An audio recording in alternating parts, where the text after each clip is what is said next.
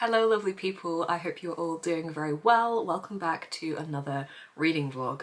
This is a reading vlog that I need to make because I am in a reading slump, and I'm hoping if I hold myself accountable in a vlog, I might get myself out of that slump. I know that, like, obviously I haven't chosen to be in a slump, I just have entered into a slump, but I want to do my best to try and read as much as possible over the course of this vlog, which will be a 4-day vlog. So it's not going to be a long vlog, it's going to be a Monday to Thursday vlog, but I'm going to do my best to try and get myself out of this slump. I honestly don't know what has caused this slump. It has not been brought on by anything in particular. I just haven't really been feeling super excited about the books that I've been reading, even though I've been enjoying the books I've been reading. So I don't really know why I'm in this state. I haven't been reading low-rated books. I haven't been reading particularly chunky books. I've just been reading the books that I fancied reading. I've been mood reading a little bit as well. And I don't know, I just felt slumpy. So I have picked a book that I hope is a tactical decision to help me get out of this slump, and that is The Twyford Code by Janice Hallett.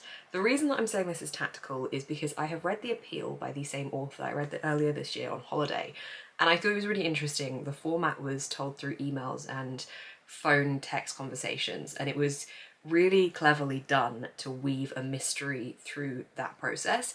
It wasn't fast-paced in terms of like constant action, but because of that way of telling the story, it did move it all along quite well. This book is by the same author, as I've said, and is instead told through voice notes and transcodings of voice notes on phones. So it's kind of conversational. It's interesting as a concept of how the story is coming across, because we're obviously getting one person's narrative perspective. We're not even seeing other people's dialogue really, because he's repeating conversations that he's had with people. Occasionally there is two people recording a voice note in an interview style, but we're following our main character who has found a book as a child, shares this book with his teacher, and his teacher has a particular interest in this book, and she ends up going missing. And as an adult, he has decided he wants to look into this and investigate what happened to his teacher. So as I said, it's obviously told through voice notes, through interviews. So at the moment it's kind of one-sided mostly. Obviously where you have interviews you are getting dialogue from other characters, but it is mostly one-sided from this main character and seeing things from their perspective. And then when you do get to see slight flickers from other characters, you're seeing that maybe his perspective wasn't entirely accurate, or maybe their perspectives aren't entirely accurate. It's kind of semi and unreliable narrator. It's interesting. The reason that I picked this one is because I thought, because of the format of The Appeal being quite a quick read, I thought this would also be like that, and also the fact that it's a murder mystery type thing, I'm hoping will mean that it has that fast pacing. So I have high hopes that this will get me out of my reading slump. Entering into Monday, I'm on page 54, so I haven't really read too much of it. I started this on Saturday, I think. I just needed to pick something that I thought would be quite fun and engaging, so I'm really hoping that this does that. I have to say at the moment this is a little bit jarring with the writing being the way it is. However, because it's not really done as a chapter-based thing, it's done in like audio file collections. It is quite addictive to keep reading the next audio file that's been transcribed. So in that sense, it is quite page-turnery. I don't know, I need to get further into this to really have a proper judgment, but I'm really hoping that this is the book to get me out of my reading slump. I just think I need to keep reading. I think that's the thing the past few days, in fact the past few weeks, I've had so much stuff that I'm doing that I haven't actually really sat down and read. Also, I don't know why, but more than usual, I seem to be just so much on my phone, and it's really annoying me, yet I'm not stopping doing it. I just seem to spend a hell of a lot of time scrolling through my phone, doom scrolling, and I don't know why I do it, because it's not adding anything to me. I obviously work in social media and in content and do need to be using my phone for that, but I do not need to be on it as much as I am, so I really need to learn to put that down a bit. Also, something else that may be preventing me reading quite as much as I would usually is I have a new addiction. I have started playing Disney Dreamlight Valley, which is an RPG adventure game that features all the characters from Disney. It's kind of like a bit like the plot of Once Upon a Time, in which you are a main character who has been taken into this land where all the Disney characters have basically forgotten who they are really, and have forgotten other people and who they are, and you have to bring the people back that have been forgotten and bring all the memories back. It's so much fun. It's currently out for early access. I think it comes out for free next year, but at the moment it's for early access, so I got it for my Switch and I've been playing and streaming that and loving it. So I'm a little bit addicted to that, to the point where I'm actually thinking about it in my sleep apparently. So that's slightly preventing me from reading as much.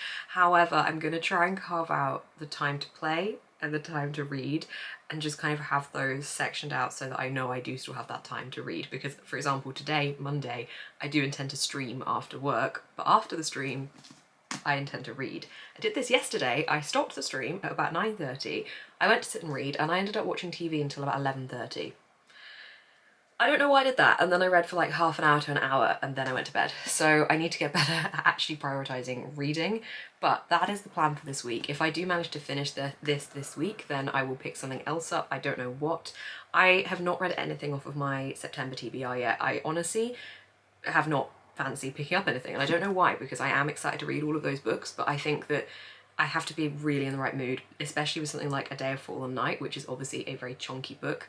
I actually think I might wait until November time to read that, because I really need to be in the right mood, and if I'm feeling a little bit slumpy, I don't want to pick that up because I know I'm going to love it. I just need to not feel like I'm picking it up because it's on my TBR. I need to pick it up because I know I'm really, really excited to read it, which I am. But when I'm slumpy, I don't think a big book is going to be the one to get me out of the slump. So hopefully this gets me out of the slump. If it doesn't, then hopefully the next book gets me out of the slump. But I want to film this over 4 days because I'm going back to my family home on Thursday evening / afternoon. So I wanted to film this Monday, Tuesday, Wednesday and Thursday to see if I can get out of my slump. Wish me luck. Let's hope I can do it.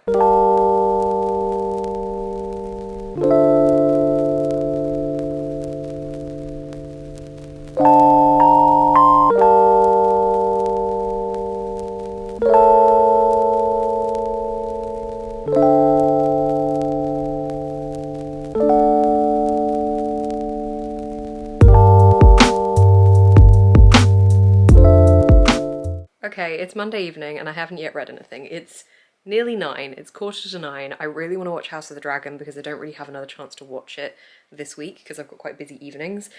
But I need to read because obviously the whole point of this video is to get myself out of the reading slump that I'm in, and I haven't read anything yet, but I did buy a book, so I wanted to show you what I bought. I did not know that this existed. This is a new edition that I got from WATERSTONES of This Savage Song.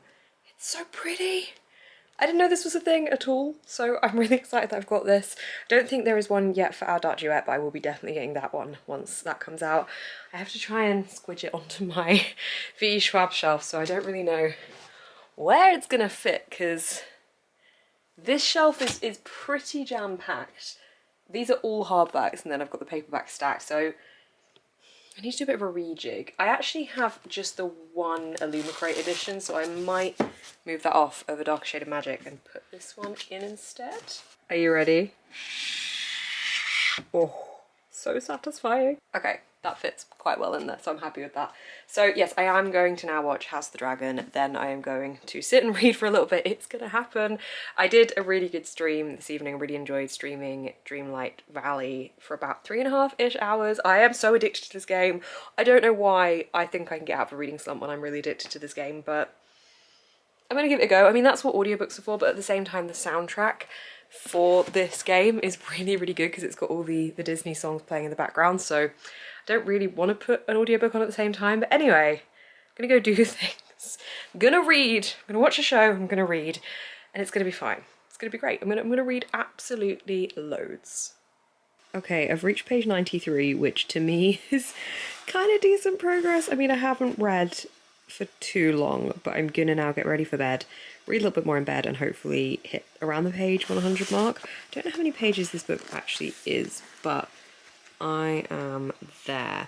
I'm getting on okay with it. I'm not a massive fan of the main character, and I do struggle when I don't really like the main character, but we'll see how it goes. I am intrigued by the mystery and the code breaking element to it. So yeah, I'm intrigued to keep going, just unfortunately not too much of a fan of the main character at the moment, but maybe that'll change as they develop further. Hello, I should be reading right now. It is currently just after work on Tuesday, but I'm not reading, I'm baking instead.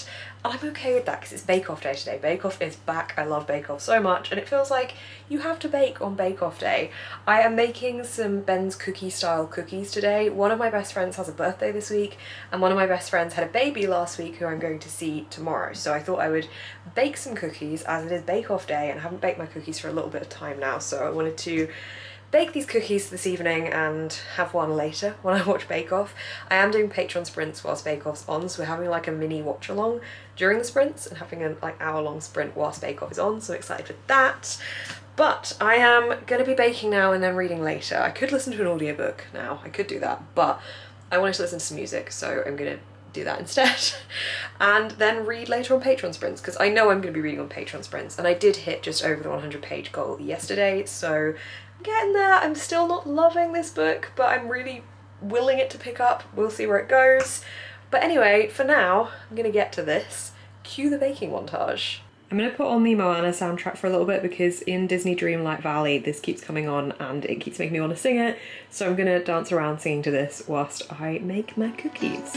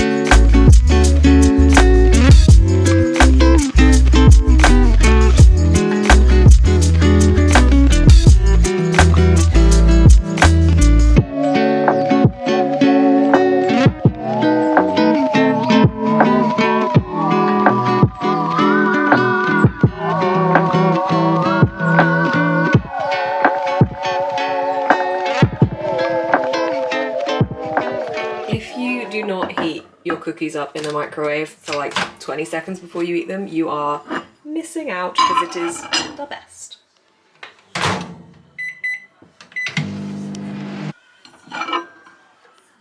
I'm so ready for this.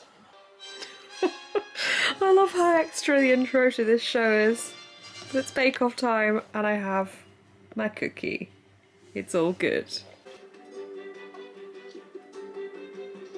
Hello, it is now Wednesday and I have some reading updates for you. So last night I was reading the Twyford Code on the first round of sprints with my patrons and I just decided I wasn't going to keep reading it anymore. Two of my patrons had read the book and said that neither of them enjoyed it. They finished it but they didn't really enjoy it, and I just kind of thought, you know what, I'm going to temporarily put it down. I haven't decided yet if it's going to be a full DNF, but I wasn't loving it, and I think when I'm in a slump I need something that I can really feel excited about and isn't annoying me with the writing style. I felt like for me the narrative structure felt quite jarring, and because it was transcoded voice notes, it was often like the wrong words were being used where the transcoder had picked up the pronunciation differently and written down a different word to what was actually being said. And whilst I know that was part of the effect and there was a glossary of sorts at the start of the book that explained what certain parts of the transcode meant, I personally found it really jarring and I found it quite difficult to read from that sense. I think that I can totally see what the author was trying to do, and it's such a shame because I really like the appeal, but for me personally I didn't like this style, and I also wasn't a big fan of the narrator, which, as I said before, I think when I don't like any of the characters I do find it quite difficult to keep going with the book, and in this book I didn't really like any of the characters, so I've temporarily put it down. So last night instead I decided to pick up the third book in the Off-Campus series. This is The Score by Elle Kennedy. The Off-Campus series is a smutty romance series that is set on a university campus, and it follows 4 different couples in each book. This is the third book, we're following the third couple here.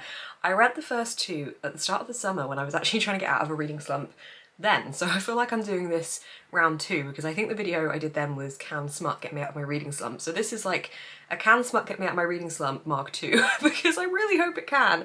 I think it can because I read about 25% of this book last night, so I'm up to about page 70 or 80, and I am really liking it. They are not amazingly written books at all. You do not go into these expecting great writing. They're just fun, they're smutty, they're easygoing. This one actually does have a slightly heavier plot to it than the other books have had. There's something slightly more serious going on with one of the main characters as part of the plot, but generally they are quite easy reads, and I think they're the kind of book that I need to get me out of a slump. So this is what I'm currently reading. I'm really liking it. I have put down the Twyford Code. I haven't decided if it's a permanent DNF or not. If you have read it, please let me know in the comments what you thought, because I feel like because I enjoyed the appeal so much, I was really holding out for it, but yeah, it didn't hit the mark for me, unfortunately. I'm heading off really soon today to go see my friend who had her baby last week and bring her the cookies that I made last night, which were very good. Had one whilst watching Bake Off and it was delicious, so I'm going over to do that. I am then going to be most likely streaming Dreamlight Valley in the afternoon because I just cannot stop playing that game. Then this evening I'm filming a video that I'm really looking forward to making, so I'm going to try and read intermittently throughout the day when I can, but I will update you when I have read a bit more of this book with my thoughts and feelings. Hello, good afternoon. It is Thursday and it is the last day of my little 4 days to get myself out of my reading slump. So the book that I've been reading the last few days is The Score by Elle Kennedy. I haven't finished this, I'm about halfway through, but I do think this has massively helped get me out of my reading slump. Smut has done it again. I'm not saying I'm fully out of the reading slump, but I feel like I'm just about on the edge of popping out of the reading slump. I want to pick this book up rather than pick up my phone, which is really good. I do think it helps that I'm reading it on the Kindle because whilst I much prefer physical books and mostly read physical books, I do find that for ease of access and for just picking it up quickly, the Kindle is definitely really helpful. Going back to my family home later today, so I will obviously be bringing that with me, and it being on Kindle just makes it all the more easy to transport and just be able to get easy access to the book whenever I want. I definitely think that helps with a reading slump for me, and it's something that I didn't really think about helping in the past, so maybe something I should consider in the future when I feel a bit slumpy. I definitely need to get a cap on how much I use my phone and how much I reach for my phone when I could do other things, because I just get lost in the doom scrolling and I need to stop that. I think it's difficult when I work in social media and that is on my phone, and it's difficult to kind of step back from that because I can tell myself, oh, but it's work, but then it ends up just being not work and it ends up becoming doom scrolling and just distracting myself from actually living. I'm saying living in the real world, but actually what I want to be doing is reading fictional worlds, but still it's a distraction, and I need to get better at learning to just put it down, which you'd think would be really easy, but it, for some reason, is not. Anyway, my final thoughts on The Score, because I'm going to wrap this vlog up here. So as I said before, this is just a fun series. It's not brilliantly written. There are quite a few times when I'm reading it where I'm like, really?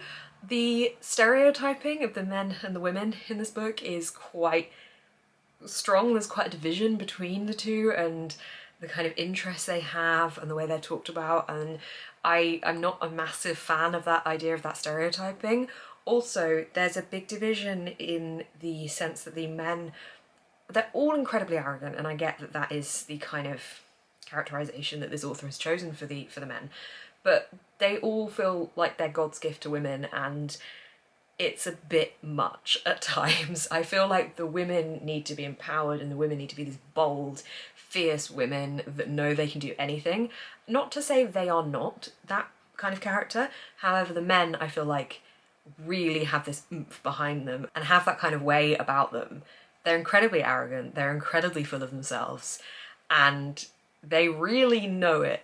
And the women characters don't have that quite so much, and I suppose that's what I mean as well when I say there's a little bit of a division and there's this stereotyping element as well. And yeah, there's just a couple of things there that I am not loving that aspect. However, as this is the third book in a series, I'm quite used to knowing that that is the way this author writes, and because these are smutty romance style books, I'm not going into it expecting anything amazing. So I think if my expectations were higher, it would be something that would really put me off. However, I know what I'm going into these books expecting, and this is what I get, and therefore, for me, they are fun reads. Also, I have to credit these books for just talking about sex a lot and talking about bodies.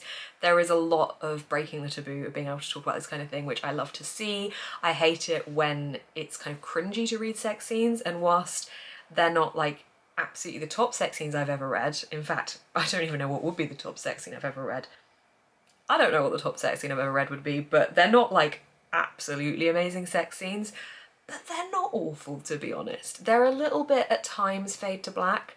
However, I find them quite fun. They're not too bad. They're not too cringy, which I think is a good balance to find. I think that the male arrogant element comes into it a little bit within the sex scenes, and the way they talk about themselves and their skills and the way they're going to rock the woman's world. And it's like, okay, all right, we know you think you are amazing in bed, but we'll let her be the judge of that. So yeah, it's a fun time. I'm enjoying the books. I'm glad that they are, oh, this one's making me feel like I'm getting out my slump. I might read the next one after this as well, to be honest. I feel like that could be quite good fun.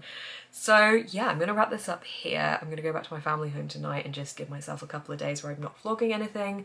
So I hope you've enjoyed this video. If you have, please do give it a thumbs up. Let me know when you feel slumpy, what kind of books get you out of your reading slump. You can subscribe to see more of my face on your feed, and you can also find a link down below to my online shop and also my Patreon, where I post lots of extra content. Thank you so much for watching. Keep smiling and stay positive.